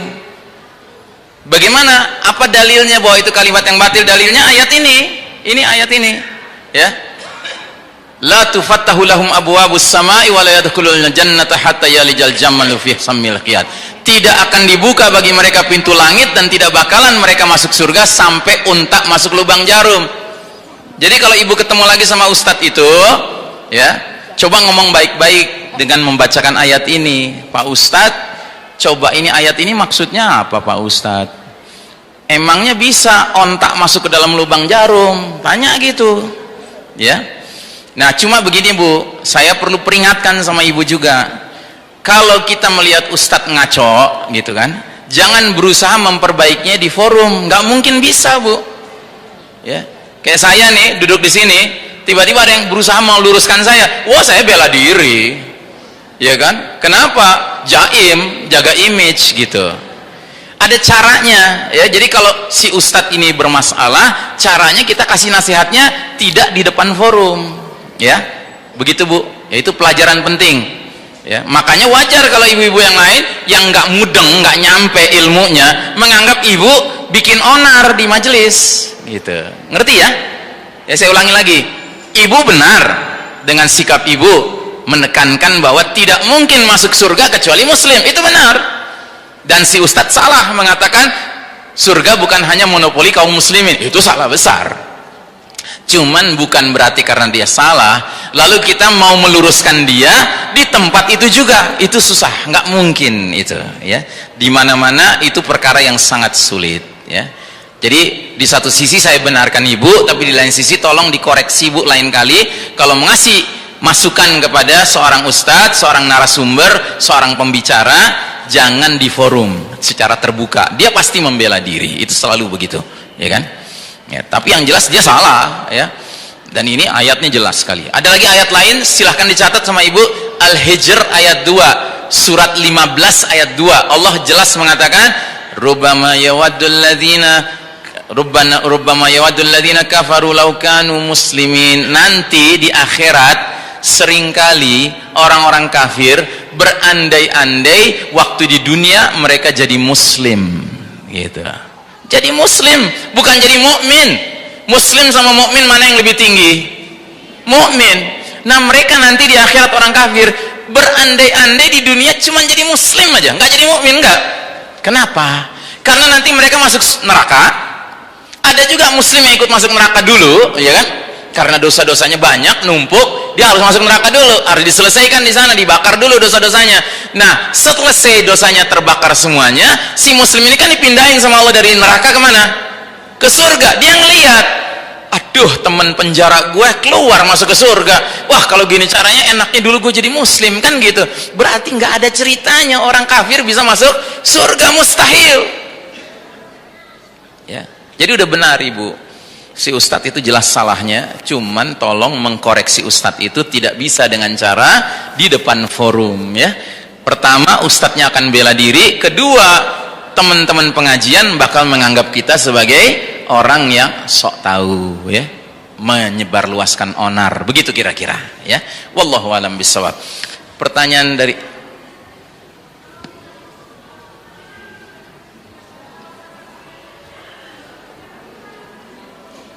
artinya mau ketemu khusus dengan dia susah, gitu.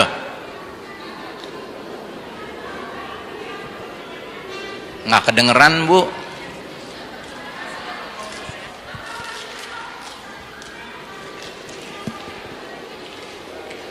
Apakah ustadznya tetap diikuti atau ditinggalkan saja, ya kan? Kalau memang dia terus-menerus menyebarluaskan batilan, ya tinggalkanlah, Bu, gitu. Iya dong, ya kan? Kita kan hadir di majelis ilmu supaya kita dapat ilmu yang baik dan benar. Kalau ternyata kita sudah hadir sekali ngaco, hadir kedua kali ngaco, ketiga kali ngaco, ya kan? Ya kumpulan ngaco, ngapain kita duduk di tempat kumpulan ngaco, ya kan?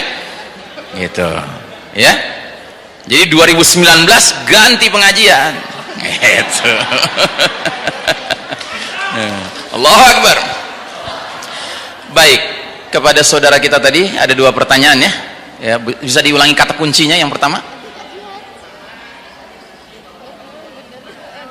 Oh iya. Jadi saudara kita bertanya, kalau ngadepin orang kafir kita udah jelas, Ustaz, asyidda'u 'alal kufar, kita harus berlaku tegas, keras kepada orang kafir. Nah, kalau ngadepin orang-orang yang muslim tapi, ini muslim tapi kan maksudnya kan? Ya. Nah, muslim tapi ini memang berat, ya. Kita menghadapi muslim tapi ini, apalagi kalau sudah jelas ada indikasi munafik, ya kan? Maka kita harus menggunakan qaulan sadida istilahnya, ya. Dalam Al-Quran itu banyak jenis ucapan. Ada qaulan ma'rufa, qaulan karima, qaulan layyinan, ya kan? Ada qaulan sadida. Nah, qaulan sadida itu artinya kata-kata yang tepat, yang akurat, begitu, ya. Di mana bisa kita temukan? Di antaranya di surat Al-Ahzab. Di surat Al-Ahzab Allah berfirman, ya ayyuhalladzina amanu ittaqullaha wa qulu qaulan sadida yuslih lakum a'malakum wa yaghfir lakum dzunubakum wa may yuti'illahu wa rasulahu faqad faza fawzan 'azima. Hai orang-orang beriman, bertakwalah kalian kepada Allah dan ucapkanlah ucapan yang tepat, yang akurat, yang persis, gitu loh. Nah, ngadepin orang munafik, ya kan? Kita itu kata-kata kita tuh harus tepat. Jangan ngambang-ngambang, satu. Terus yang kedua, jangan kata-kata kita itu banyak lubang-lubangnya. Wah, itu nanti dipakai sama mereka. Ya, karena orang munafik ini cirinya adalah sangat mempelajari kata-kata. Ya, orang-orang munafik itu luar biasa mereka. Ya. Mereka ini orang-orang yang benar-benar belajar bagaimana ngomong, gitu. Tapi omongannya menakjubkan padahal menyesatkan, begitu, ya. Kira-kira begitu. Terus pertanyaan kedua apa tadi? Bagaimana kita menjaga agar Allah yusabbitullahu alladhina amanu bil qaulis sabit tadi? Bagaimana Allah meneguhkan kita dengan ucapan yang baik dan benar? Ya, diantaranya yang pertama menjalankan apa yang Nabi katakan kepada para sahabat, jaddidu imanakum, perbaharuilah iman-iman kalian. Para sahabat bertanya, bagaimana caranya ya Rasulullah? Aksiru dzikra la ilaha illallah, perbanyaklah mengingat-ingat kalimat tauhid, kalimat la ilaha illallah. Dan pengertian perbanyak mengingat itu bukan saja zikir formalnya, zikir lisannya, tetapi sesuai dengan surat Muhammad ayat 19. Tolong dicatat, surat Muhammad ayat 19. Allah berfirman, fa'lam annahu la ilaha illallah, maka ketahuilah bahwasanya la ilaha illallah. Fa'lam di sini maknanya bukan hanya ketahuilah, kajilah, renungkanlah, fahamilah dalam-dalam, ya, carilah ilmunya tentang la ilaha illallah ini. Ini harus diperdalam. Makin kita memperdalam makna la ilaha illallah dalam arti yang sebenarnya, insyaallah ya Allah akan tanamkan pada kita kekokohan ucapan qaulus sabit tadi, ya. Dan diantara makna paling pokok dari tauhid adalah apa? Al-wala wal bara, ya. Wala itu artinya kita menunjukkan kesetiaan, bara artinya kita menunjukkan berlepas diri. La ilaha itu bara, berlepas diri. Illallah itu wala, loyalitas, kesetiaan. Kesetiaan kita sebagai ahli tauhid ini harus kepada Allah number one, Rasul number two, terus orang-orang beriman yang loyal pada Allah dan Rasulnya. Itu harus selalu kita tumbuhkan dalam diri kita. Tapi kita harus barok dari apa? Dari syaitan, togut, dan semua kroni-kroninya syaitan dan togut. Berlepas diri kita. Jangan dekat-dekat sama mereka, jangan gabung-gabung sama mereka, jangan sok-sok bisa jaga diri di tengah-tengah mereka. Wah, mereka kacau ini. Mereka hizbus syaitan. Harus dijauhi, harus kita kufuri, ya. Kita ingkari mereka, jangan dekat-dekat sama mereka. Ya, itu pokok ya di dalam ajaran Islam. Ya, sebagaimana kata Nabi tadi, inti agama ini adalah engkau cinta karena Allah, engkau benci karena Allah, ya. Jadi jangan benci sesuatu atau seseorang kecuali karena Allah. Sebagaimana kita juga jangan menyayangi sesuatu atau seseorang kecuali karena Allah. Dan maksudnya karena Allah itu apa? Kita menyukai yang Allah sukai, kita benci yang Allah benci. Allah suka nggak sama orang munafik? Allah suka nggak sama orang munafik? Allah benci sama orang munafik. Bahkan saking bencinya, orang munafik di neraka nanti tempatnya yang paling mengerikan, lebih mengerikan daripada orang kafir. Innal munafiqina fid darkil asfali minan nar. Sesungguhnya orang-orang munafik itu tempatnya di keraknya api neraka. Makanya jangan sekali-kali bilang begini, wah nggak apa-apa deh, gue jadi munafik, yang penting kan nggak kafir, gitu. Jangan bilang begitu, ya kan? Karena jadi munafik itu lebih mengerikan akibatnya di akhirat daripada jadi orang kafir. Tapi jangan juga dengan begitu terus bilang, ya walaupun gue nggak sampai munafik, tapi kan gue baru kafir. Gitu. Jangan begitu, ya. Pokoknya semua tinggalkan, ya. Baik. Kemudian ibu, tadi kata kuncinya apa ya ibu ini? Apa bu tadi kata kuncinya bu? Oh, ada dua pertanyaan. Saya lupa yang pertama. Yang kedua saya ingat. Saya mulai dari yang kedua dulu ya. Soal mereka yang membakar bendera bertuliskan kalimat tauhid lalu sudah divonis ya, hukumannya berapa lama? 10 hari 10 hari plus denda berapa? 500 perak ya? 2000 perak ya kan? Wih berat banget ya. Ih, ngeri. Sementara kalau ada orang terbukti membakar bendera merah putih ya, itu berapa lama hukumannya?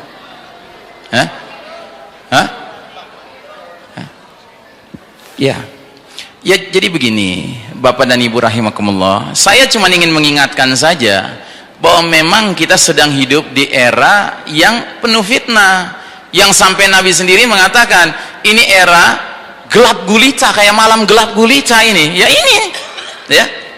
Pendusta di masa itu dipercaya, orang yang jujur malah didustakan. Kita ini menjadi mengalami kondisi yang kita alami karena apa? Karena bukan hukum Allah yang tegak. Gitu. Intinya di situ. Ya. Makanya saya berulang kali bilang, salah satu pembatal dua kalimat syahadat adalah seorang mengaku muslim ridho dengan selain hukum Allah. Kita nggak boleh ridho dengan selain hukum Allah. Tapi Ustadz, di negara kita memang bukan hukum Allah yang berlaku. Ya nggak apa-apa. Memang kita belum bisa rubah. Cuma kita nggak boleh ridho, itu aja. Ngerti? Kita ini hanya ridhonya kalau hukum Allah yang tegak. Karena Allah sendiri yang mengatakan, afa hukmal jahiliyyati yabghun wa man ahsanu minallahi hukman liqaumin yuqinun. Surat Al-Maidah ayat 50. Apakah hukum jahiliyah yang manusia kehendaki, dan hukum siapa yang lebih baik daripada hukum Allah bagi kaum yang yakin? Ya, ini era penuh fitnah. Terus Anda mengharapkan di era penuh fitnah ini orang bakar bendera kalimat tauhid dihukum mati, ya kan? Berharap sih boleh, tapi menjadi kenyataan agak-agak ngimpi dah, gitu, ya kan? Kenapa ya? Bukan hukum Allah yang berlaku, ya. Begitu Bu, ya. Jadi kita harus menyadari situasi yang sedang kita jalani. Dari 5 babak perjalanan sejarah umat Islam, kita di babak keberapa Bapak dan Ibu? Babak keempat, namanya babak mulkan jabriyan. Para penguasa yang memaksakan kehendak mereka, yang berarti mengabaikan kehendak Allah dan Rasulnya. Ya wajar begini. Wajar dalam pengertian ya make sense lah gitu, ya masuk di akal begini keadaannya. Cuma bukan berarti ini benar, tidak. Ini salah. Ini situasi yang error, ya, abnormal, ya. Makanya kita berharap Allah izinkan umur kita cukup panjang sehingga kita ikut berpindah dari babak keempat ke babak kelima. Babak kelima babak apa? Khilafah ala minhajin nubuwah, tegak kembali. Dengan pemimpinnya siapa? Al-Mahdi. Al-Mahdi munculnya di mana? Senayan? Tidak, ya. Al-Mahdi muncul di Mekah, ya. Nanti dia akan mendirikan khilafah di Syam. Ibu kota awalnya Damaskus, ibu kota terakhirnya Baitul Maqdis, ya. Nah, kalau kita memang benar-benar berkeinginan merasakan naungan syariatullah, ya, siapkanlah diri untuk menghadapi era di mana Al-Mahdi memimpin umat ini. Dan saya termasuk orang yang bersangka baik kepada Allah, itu tidak lama lagi, Pak. Ya kan? Cuman bersamaan dengan itu kita harus siap-siap menghadapi ujian demi ujian yang makin berat, ya, termasuk ujian datangnya apa? Datangnya azab Allah ad-dukhan. Ingat, ya, Ustaz, kenapa mesti mulai dengan azab? Ya gimana enggak, situasi dunianya begini parah sehingga wajar kalau seandainya Allah mendatangkan azab sebagai awal mula dari 10 tanda besar, ya. Kan sudah saya jelaskan, ya, bahwa kita sekarang hidup di sebuah babak yang dikhawatirkan perpindahan ke babak kelima nanti mau tidak mau kita akan menyaksikan apa namanya?